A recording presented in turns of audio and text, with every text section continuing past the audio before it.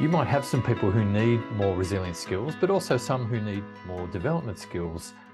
However, we live in an environment where you need both. And is there an approach that brings them together at the same time? Now, my clients value an approach that does that, and I'm going to outline what that is and the three key components that need to come together to do it before letting you know about some other resources I have in this area, if you're interested. As a born and bred Tasmanian, I guess I grew up doing Tasmanian things.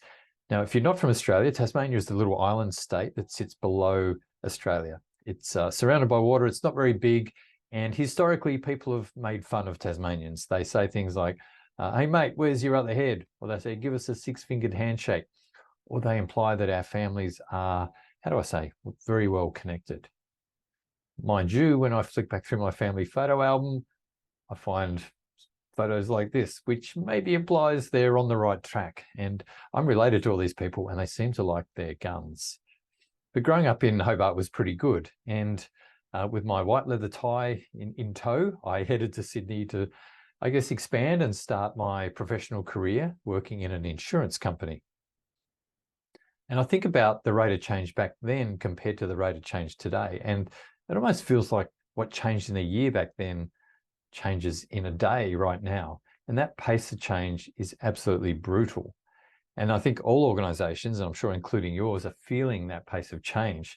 And it reminds me of what Jack Welch said, if the rate of change outside of your organization exceeds the rate of change within, then it's likely that you're falling behind, or as he said, the end is near. So these pressures are being pushed onto every organization and people are wearing the brunt of that pressure as well. Now, I reached out to a contact of mine very recently, and we don't know each other that well. And we touch base, once or twice a year. And he replied with, look, I'm busy and it's now affecting my mental health. So I think this is indicative or symptomatic of what the working environment looks like for many people today. So it's a case of needing resilience skills just to cope with what's going on day to day and to get through every day. It feels like every day is a project almost.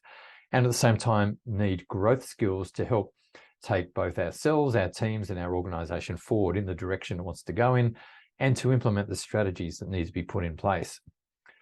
But the question is, well, how do you do this? Well, I gained some insights from my journey, and in a way, the insights became the journey. Now, I should say that when I started work in Sydney in this insurance company, and many years ago now, I won't say exactly how long ago, I found out that in exactly the same department, in exactly the same role, several years before me, there was someone in there working the same role who turned out to be quite famous. Now, this is a bit of a who am I? This person is an actor, a well-known Australian actor, well-known in Hollywood and around the world as well as locally. He's been in films like Breaker Morant and starred alongside Tom Cruise in Cocktail. He's been in a whole host of other Hollywood films and blockbusters, and he's married to Rachel Ward. So if you don't know who it is indeed Bryan Brown. So, hey, look at Bryan's career, look at my career, pretty similar, hey? Well, maybe not quite. But the story goes he was working in this role, and the company at the time had a drama club auditioning for an end-of-year performance. He turned up to the audition and voila, that was a big U-turn in his career.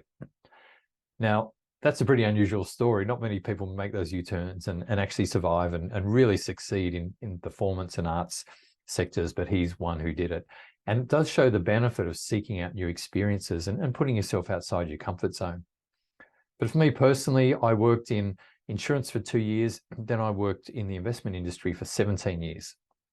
We had analysts based in Sydney, Hong Kong, London, and it was a pretty full-on challenging role. And by the end of that 17 years, life looked pretty good on paper. I was married. My kids are, they were through that toddler and nappy stage. They were both in primary school. So life couldn't be better. And it was really hard to explain then why I had a very deep personal crisis. And someone call it a semi-breakdown. I'll call it a crisis. But luckily, I'm not going to do therapy on stage with you right here. But there were some warning signs because a year before all this happened, I think there was a cry for help. So in hindsight, I realized that this was a cry for help in that I started playing in a progressive folk blues band. The warning signs don't come any bigger than that. But what I realized also in hindsight was this was a crisis of purpose. I did not have clear direction. I did not know where I was going, where I should be focusing, and that's what really drove it. Now, what I found through that journey is that purpose does support both resilience and growth. So we find that people with a strong sense of purpose can withstand stress, adversity, and trauma. I mean, just think about someone like Viktor Frankl, who survived the death camps of Auschwitz and Dachau. He said, look, these were terribly physically harsh conditions, but he said it wasn't the physically strong people who survived. It was those who had a reason to live or a sense of meaning and purpose who came through. So it helps us withstand harsh conditions. It helps us persevere when we're faced with challenges and setbacks, and it motivates us to bounce back. So that's the resilience side. But if we think about the growth side, people with a strong sense of purpose are very focused. They have a clarity of where they're going, what their goals are, and that means they tend to be more effective in what they do. At the same time, they do seek out new experiences, and they're more likely to engage in self-improvement. And what we find in workplaces is when there's a strong sense of purpose embedded in work cultures, engagement levels are typically 6 times higher than engagement levels at places without that sense of purpose in their culture. But I guess purpose it's a pretty cool term. Everyone loves using it. It's flavor of the month at the moment. But what does it really mean? How do you break it down? How do you take it from a cool term to something concrete? And by the way, in this photo, that's my hair right there. That is not so cool. I really don't know what's going on with that at all. So what I've found for working professionals in particular, we can break it down into 3 key areas. I'm going to outline those pretty quickly because I do this in longer form in keynotes and working sessions. But the first area is personal purpose. And I think we're all familiar with the idea that we do have a personal sense of purpose. But again, what does that really mean? There's a wonderful lady, a lawyer by the name of Tracy McMillan, who's done some fantastic things helping make family legal services more affordable for thousands upon thousands of people, which is fantastic. And she's done that using a business model. And hey, how often do you hear wonderful and lawyer in the same sentence? Not that often. But what she said when I interviewed her was that if you're not aligning your life by design, you're getting your life by default. So it does make sense that we have a good understanding of what meaning and purpose is in our lives. The obvious question to ask then, and you should be asking, is, well, what if I help my people find their purpose? Doesn't that mean they might realize they don't want to be here? And it's like lobbing a hand grenade into their career and they might leave all of a sudden. Well, a couple of things to say to that. 1, they probably leave anytime anyway. 2, people are generally wedded to the pay that they're getting. So whilst they maybe might leave one workplace and go to another, they're typically not going to do a Brian Brown and just totally leave work altogether. And thirdly, line managers are increasingly saying to me, it's riskier not to go through this process than it is to go through it, because it gives them an opportunity to become more of a supportive partner in their people's lives, and that's valuable. Dr. Mark Goulston is an executive coach who works with a lot of wealthy and high net worth people. He's found that when they're faced with terminal illness, there's a common narrative that emerges, and that is that what I thought was important in life isn't, and what I thought wasn't important is, and I've run out of time to fix it. So none of us want to be on our deathbeds having regrets about what we did or didn't achieve in our lives. So the questions to ask around personal purpose are, do your people have a good understanding of what meaning and purpose and happiness is and how those things link together in their lives? Secondly, do they have frameworks, but also opportunities to do some reflection on it? And thirdly, is there an opportunity for you as an employer, if you're watching this with an employer hat on, to become more of a supportive partner in their lives rather than having a transactional relationship with some work from home benefits attached?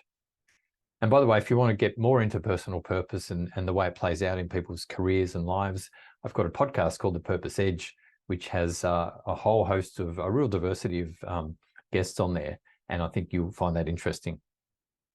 Okay, so we've covered the personal purpose piece.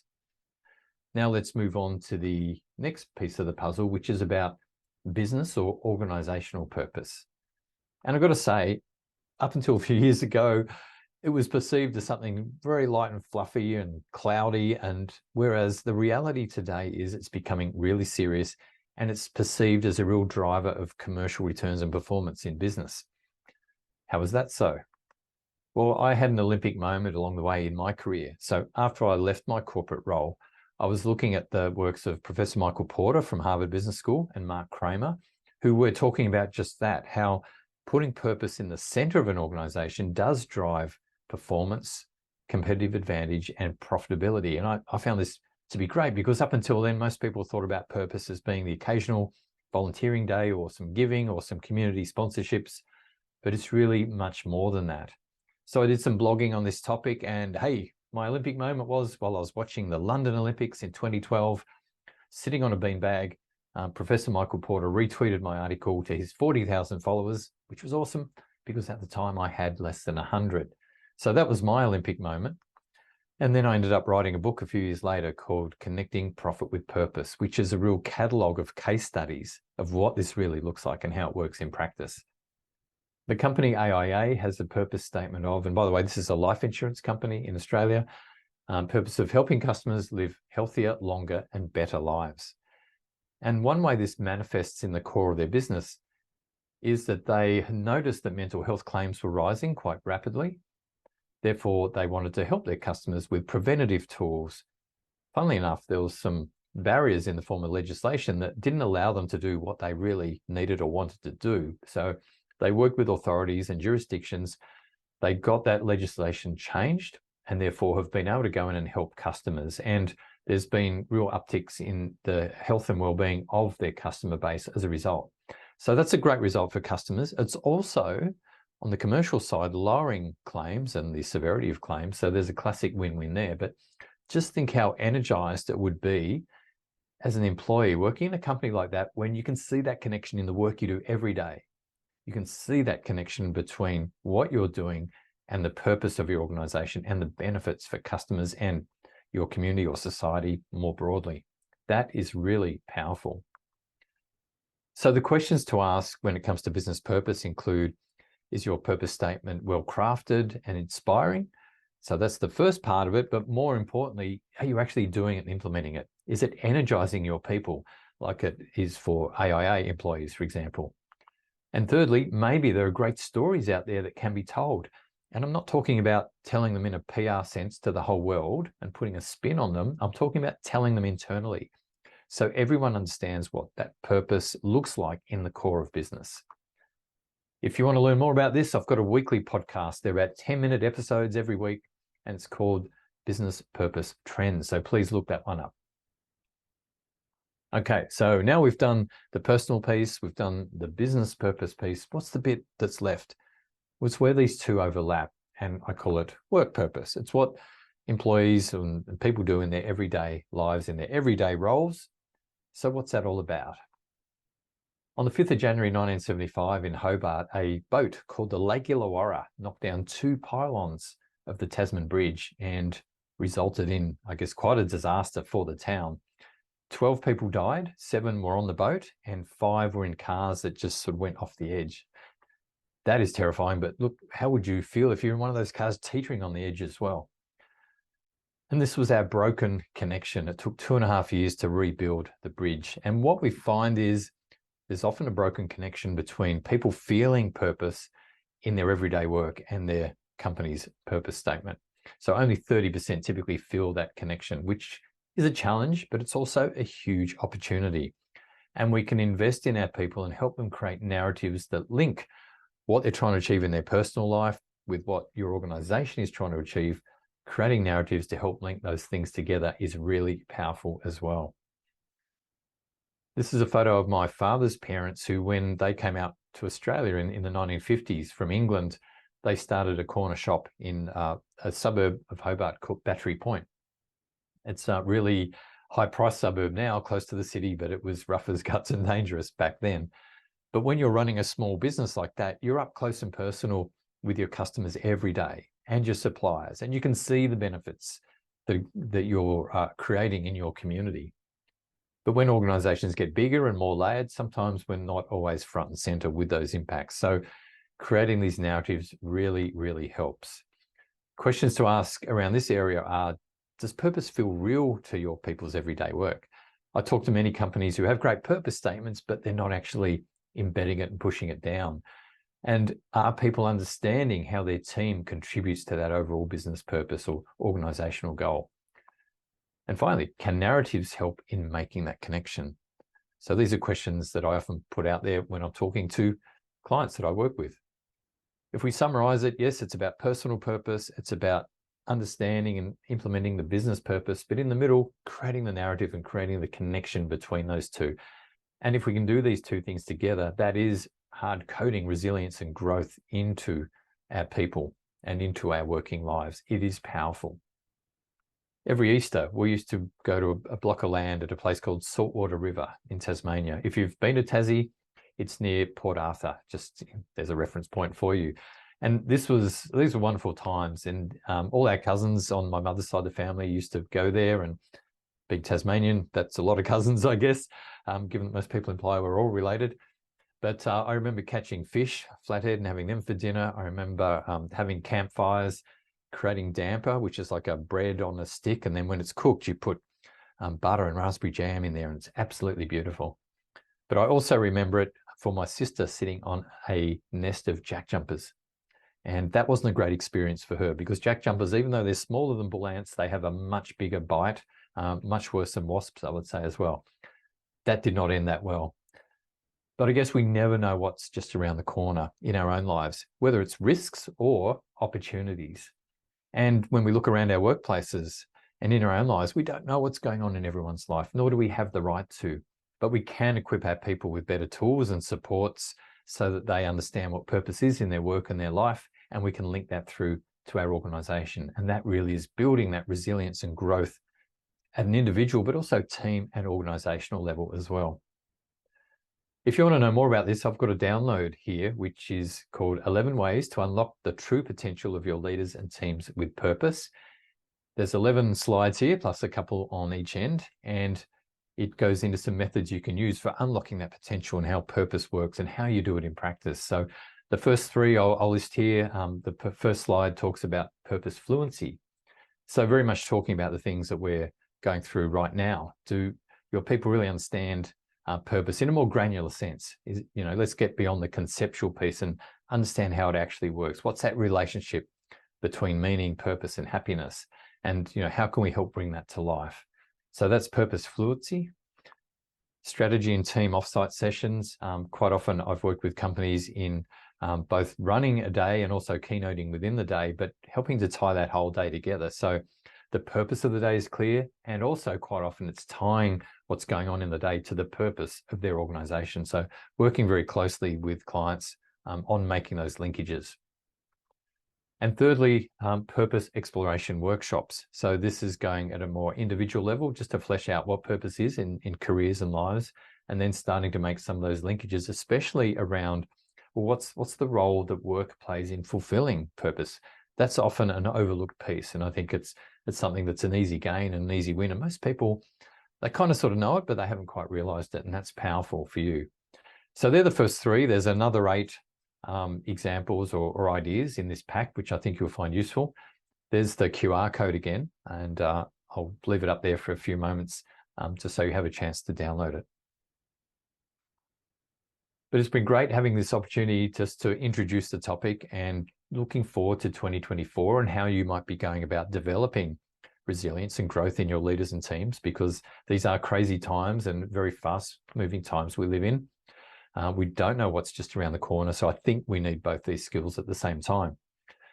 As a final word, life is precious. We spend a lot of it at work, and let's make it count. Let's really make what we do and what our organizations do have huge benefits for the world. And that really comes back to us as being a legacy thing, but also a great sense of fulfillment and satisfaction in what we do.